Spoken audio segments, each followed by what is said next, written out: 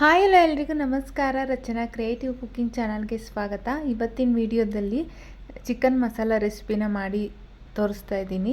ತುಂಬ ಟೇಸ್ಟಿಯಾಗಿರುತ್ತೆ. ಚಪಾತಿಗೆ ಮತ್ತು ರೊಟ್ಟಿಗೆ ಒಳ್ಳೆ ಕಾಂಬಿನೇಷನ್ನು. ನೋಡೋಣ ಬನ್ನಿ ಯಾವ ರೀತಿ ಮಾಡೋದು ಅಂತ. ಮೊದಲಿಗೆ ನಾನಿಲ್ಲಿ ವಿತ್ ಸ್ಕಿನ್ನು ನಾನು 3/4 kg ಚಿಕನ್ನ ತಗೊಂಡಿದ್ದೀನಿ.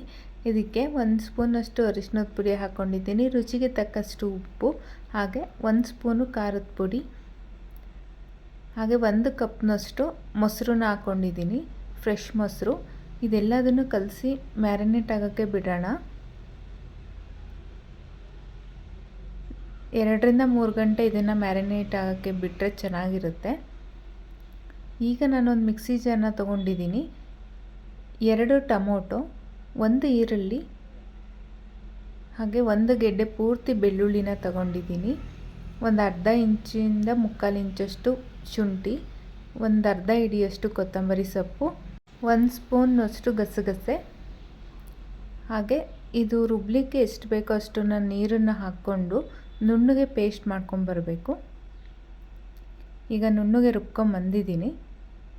ಈ ಥರ ಆಗಿದೆ. ಈಗ ಸ್ಟವ್ ಮೇಲೆ ಒಂದು ಬಾಣಲಿನ ಇಟ್ಕೊಂಡಿದ್ದೀನಿ. ಒಂದು ಸ್ವಲ್ಪ ಎಣ್ಣೆ ಹಾಕ್ಕೊತಾ ಇದ್ದೀನಿ, ಒಂದು 3 ರಿಂದ 4 ಸ್ಪೂನು. ಎಣ್ಣೆ ಬಿಸಿ ಆದ ಕೂಡಲೇ ನಾನೊಂದು 2 ಈರುಳ್ಳಿನ ಈ ಥರ ಸಣ್ಣದಾಗಿ ಹಚ್ಕೊಂಡಿದ್ದೀನಿ. ಅದನ್ನು ಹಾಕ್ಕೊಂಡು ಹುರ್ಕೊತಾ ಇದ್ದೀನಿ. ಬರೀ ಈರುಳ್ಳಿನ ಫ್ರೈ ಮಾಡ್ಕೊತೀನಿ. ಲಾಸ್ಟಲ್ಲಿ ಇದನ್ನ ಹಾಕೋದ್ರಿಂದ ಮಸಾಲಾಗೆ ಒಳ್ಳೆ ರುಚಿ ಬರುತ್ತೆ ಅಂತ ಈ ಥರ ಫ್ರೈ ಮಾಡಿ ಎತ್ತಿಟ್ಕೊತಾ ಇದ್ದೀನಿ. ಈಗ ಅದೇ ಬಾಣಲಿಗೆ ನಾನು ಮ್ಯಾರಿನೇಟ್ ಮಾಡಿ ಇಟ್ಟಿದ್ನಲ್ಲ ಚಿಕನ್ನ ನಾನಿಲ್ಲಿ ಅದೇ ಎಣ್ಣೆ ಜೊತೆನೇ ಹಾಕ್ಕೊತಾ ಇದ್ದೀನಿ. ಇನ್ನೂ ಸ್ವಲ್ಪ ಎಣ್ಣೆ ಬೇಕು ಅಂದ್ರೂ ನಾವಿಲ್ಲಿ ಆ್ಯಡ್ ಮಾಡ್ಕೋಬೋದು. ಇನ್ನೊಂದು ಸತಿ ಎಣ್ಣೆನಲ್ಲೇ ಫ್ರೈ ಮಾಡ್ಕೊಳ್ಳೋಣ. ಇದು ನೀರು ಬಿಡುತ್ತೆ ಚಿಕನ್ನು, ನಾವು ಉಪ್ಪು ಖಾರ ಎಲ್ಲ ಹಾಕಿರೋದ್ರಿಂದ ನೀರು ಚೆನ್ನಾಗಿ ಬಿಡಬೇಕು. ಅಲ್ಲಿವರೆಗೂ ಇದನ್ನ ಮುಚ್ಚಿಡ್ತಾ ಇದ್ದೀನಿ. ನೀವಿಲ್ಲಿ ನೋಡ್ಬೋದು ನೀರು ಬಿಡ್ತಾ ಇದೆ. ಇನ್ನೊಮ್ಮೆ ಮಿಕ್ಸ್ ಮಾಡ್ಕೊಳ್ಳೋಣ. ಈಗ ನಾನು ಇದಕ್ಕೆ ರುಬ್ಬಿಟ್ಕೊಂಡಿರೋ ಅಂಥ ಪೇಸ್ಟ್ನ ಇಲ್ಲಿ ಸೇರಿಸ್ತಾ ಇದ್ದೀನಿ.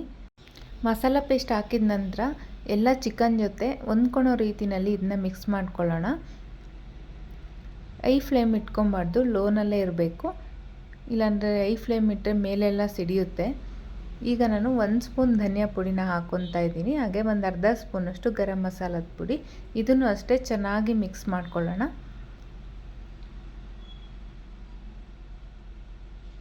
ಈಗ ಮಿಕ್ಸ್ ಮಾಡಿರೋದಾಗಿದೆ.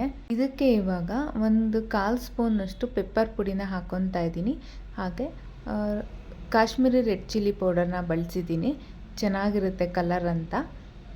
ಒಂದು ಸಲ ಚೆನ್ನಾಗಿ ಇದನ್ನು ಮಿಕ್ಸ್ ಮಾಡ್ಕೊಳ್ಳೋಣ. ಮಿಕ್ಸ್ ಮಾಡಿದಾದಮೇಲೆ ಚೆನ್ನಾಗಿ ಕುದಿಲಿಕ್ಕೆ ಬಿಡಬೇಕು. ನಾವೀಗೇನು ಮಸಾಲ ಪುಡಿಗಳನ್ನೆಲ್ಲ ಹಾಕಿದ್ದೀವಿ ಅದು ಹಸಿ ಸ್ಮೆಲ್ಲೆಲ್ಲ ಹೋಗುತ್ತೆ.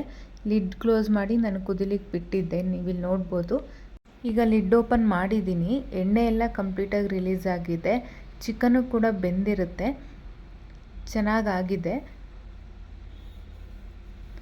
ಇನ್ನೊಮ್ಮೆ ಇದನ್ನು ಮಿಕ್ಸ್ ಮಾಡಿ ಲಿಡ್ನ ಕ್ಲೋಸ್ ಮಾಡಿಡೋಣ. ನಾವು ಎಷ್ಟು ಚೆನ್ನಾಗಿ ಕುದಿಸ್ಕೊತೀವೋ ಅಷ್ಟು ಚೆನ್ನಾಗಿರುತ್ತೆ ಟೇಸ್ಟಿಯಾಗಿ. ಈಗ ಆಗಿದೆ, ಚಿಕನ್ನು ಕೂಡ ಬೆಂದಿದೆ.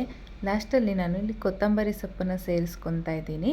ಹಾಗೆ ನಾವು ಫಸ್ಟೇ ಹುರಿದಿಟ್ಕೊಂಡಿದ್ವಲ್ಲ ಈರುಳ್ಳಿ ಫ್ರೈ ಮಾಡಿ ಇಟ್ಕೊಂಡಿದ್ವಲ್ಲ ಅದನ್ನು ಇಲ್ಲಿ ಸೇರಿಸ್ತಾ ಇದ್ದೀನಿ.